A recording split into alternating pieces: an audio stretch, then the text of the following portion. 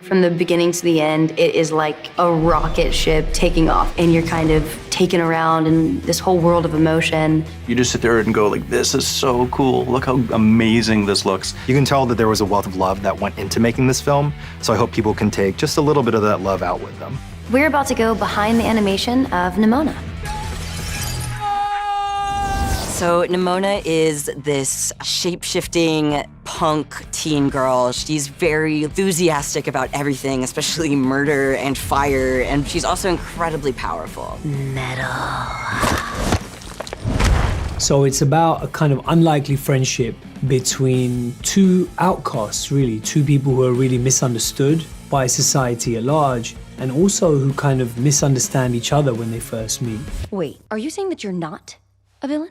Yes! Look, I can get us out of here, but things are about to get weird.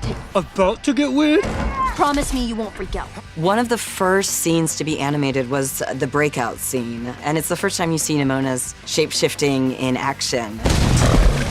This is the part where you run. It's a really big moment for Nimona when she first shapeshifts because she's showing him who she actually is, and she's bearing her soul in a lot of ways. She's begging him basically not to lose sight of the Nimona that he knows. Nimona looks like a 15-year-old girl, but she's actually just a being that we're not sure what shape she originates in. When it came to the shape-shifting, we really put it to the animator to say, make this feel believable if you didn't get the benefit of any effects work on top. You know, as an animation director, you're like, oh my God, you know, it's super exciting because you're starting to picture what animals, how do we transform from one to the other shape-wise? Animation was able to, in most of these transformations, really kind of match up one character that transforms into another and do it so well that even without the effects on top, it almost just worked as it was. The motion graphics department actually kind of defined like these little, you'll notice they're little, almost like kaleidoscope little particles in there. It's a magical transformation as much as it is an emotional one. How do you meet the challenge of making it very wolf-like, gorilla-like,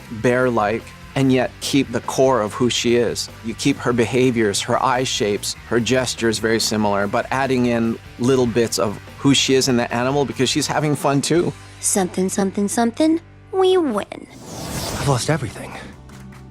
The man I love, my best friend.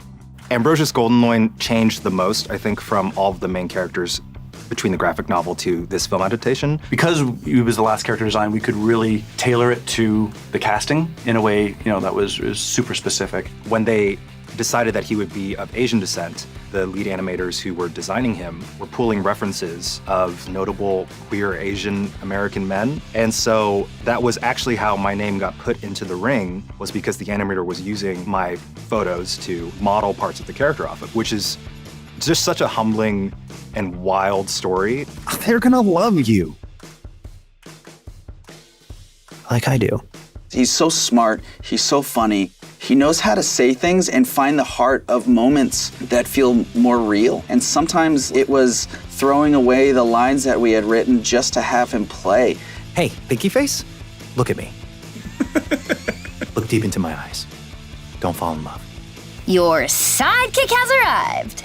I don't need a sidekick. Every villain needs a sidekick. Nimona is one of my favorite characters that I've had the opportunity to play, to be honest, and I'm not just saying that. Every time I got into the booth to record her, it was like trying to solve a Rubik's Cube of emotions with pretty much every sentence. She has these high highs and these low lows, and no matter what she does, she's unabashedly herself. Because once everyone sees you as a villain, that's what you are. They only see you one way, no matter how hard you try.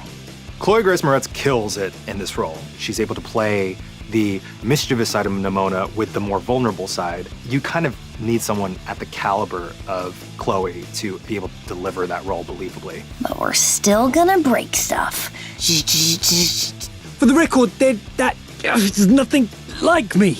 Riz Ahmed has the perfect voice for Ballister. It was so perfect that I'm pretty sure that all of my memories of the character from the comic were just replaced with Riz Ahmed after that point. I truly loved the way that he brought so much empathy and so much heart and so much humor to Ballister. Oh look, it's me on a rhinoceros skewering several guards like a human kebab. I think Riz Ahmed is one of the most tender actors out there, and he just has so much dimension to his characters, And to hear him in a voiceover role is really cool because you can still feel his spirit so much in Bao, and it really comes across so vulnerable. One decision that was important to me was to try and play the role in something close to my own accent. I felt when this story is all about someone who wants to be accepted and is afraid of not fitting in, it would be almost hypocritical of me to try and cover up my accent. Thought it would be good if he kind of stands out in that way.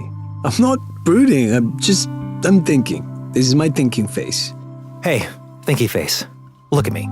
The idea that I could be able to inform this character in a lot of ways with my own experience, it's a really wonderful process. We actually had so many conversations, myself, Troy, Nick, about queer experience, my experience growing up as a young man in the American South, how that relates to a lot of the struggles that these protagonists also go through with their identities, about feeling somewhere in between. And I hope that you feel his struggle based on me imparting a lot of what I have been through into the storyline that he's experiencing.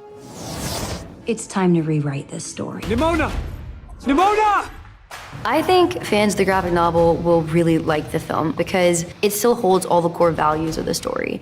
And exactly who Nimona is in the graphic novel, I think, is imparted into the movie. So Nimona started as an idea that I had when I was in high school, actually. And it was the idea of this shapeshifter who could be literally anything. That was a big power fantasy for me at the time because it was just something that I really wanted the ability to control my body and my presentation. She became a way for me to voice those complicated, often really messy feelings in a way that I just didn't have any other way to do at that time. It was really great to see that they were willing to re-examine certain parts of the story and figure out how to bring it into the future. Their use of lighting and color is really, really gorgeous and unique, and I've never seen anything like it.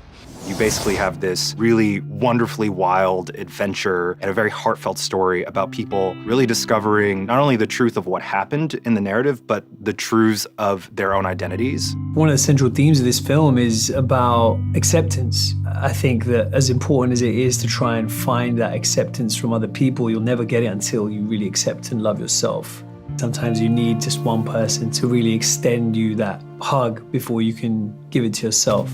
This is a story for anyone that's ever felt other than, anyone that's ever felt ostracized or villainized for how they present themselves or who they want to be. By the end of it, I just felt really seen. Oh, I love us. Make sure to check out Nimona only on Netflix.